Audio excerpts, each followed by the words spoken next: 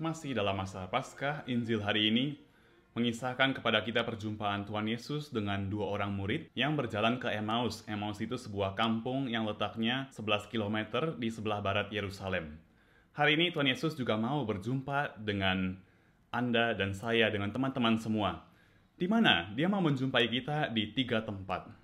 Pertama, di perjalanan hidup kita, seperti kedua orang murid.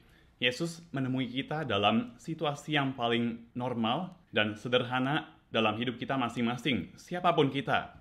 Ada yang bekerja sebagai ibu rumah tangga, ada yang bekerja sebagai pengusaha, buruh di pabrik, murid di sekolah, mahasiswa, dosen, supir taksi, dan sebagainya. Apapun pekerjaan yang kita lakukan, sebaik mungkin untuk Tuhan adalah tempat perjumpaan kita dengan Tuhan.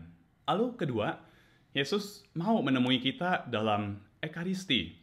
Kita lihat Yesus dalam Injil hari ini, pertama-tama Dia menjelaskan sabda Allah, lalu kedua Dia memecahkan roti. Nah, hal itu juga terjadi dalam Misa Kudus. Kita datang ke Misa, kita pertama-tama mendengarkan dulu sabda Tuhan. Lalu kita terima tubuh dan darah Kristus. Sabda Ekaristi, itulah struktur Misa.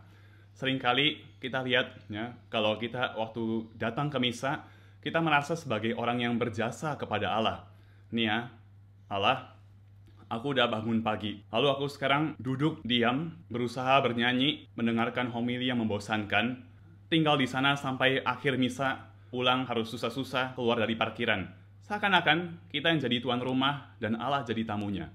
Itulah juga yang dipikirkan oleh kedua orang murid. Mereka pikir mereka tuan rumahnya. Mereka undang Tuhan Yesus, ayo tinggal bersama kami. Tapi kita lihat situasinya berbalik. Tuhan Yesuslah yang jadi tuan rumah. Dia yang menyediakan makanan. Hal yang sama terjadi dalam Ekaristi. Kita pikir kita tuan rumahnya. Tapi akhirnya berbalik. Kita adalah tamunya. Tuhan Yesus tuan rumah yang menyediakan makanan. Bukan sembarang makanan, tapi tubuh dan darahnya.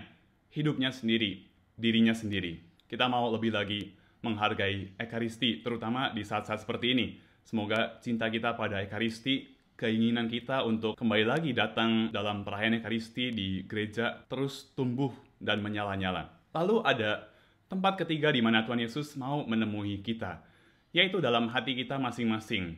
Kita lihat kedua orang murid mengatakan, tinggallah bersama-sama dengan kami ya Tuhan, karena hari menjelang malam dan matahari hampir terbenam.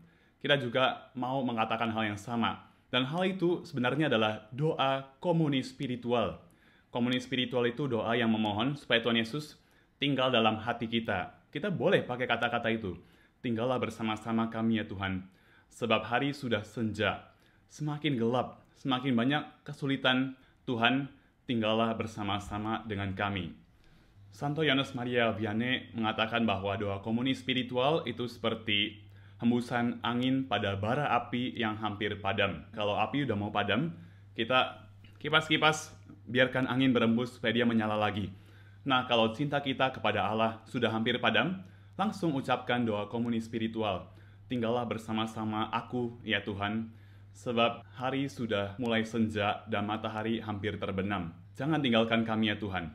Hati kita adalah tempat di mana Tuhan mau menemui kita. Semoga teman-teman pada hari Minggu Paskah ketiga ini kita menjadi orang-orang yang membiarkan Tuhan menjumpai kita dalam kehidupan pekerjaan kita sehari-hari, dalam Ekaristi sekarang masih dalam harapan bahwa pandemi ini akan cepat berlalu, dan terakhir dalam hati kita karena kita mau mengucapkan kepada Tuhan komuni spiritual, tinggallah bersama-sama dengan kami dalam hati kami ya Tuhan.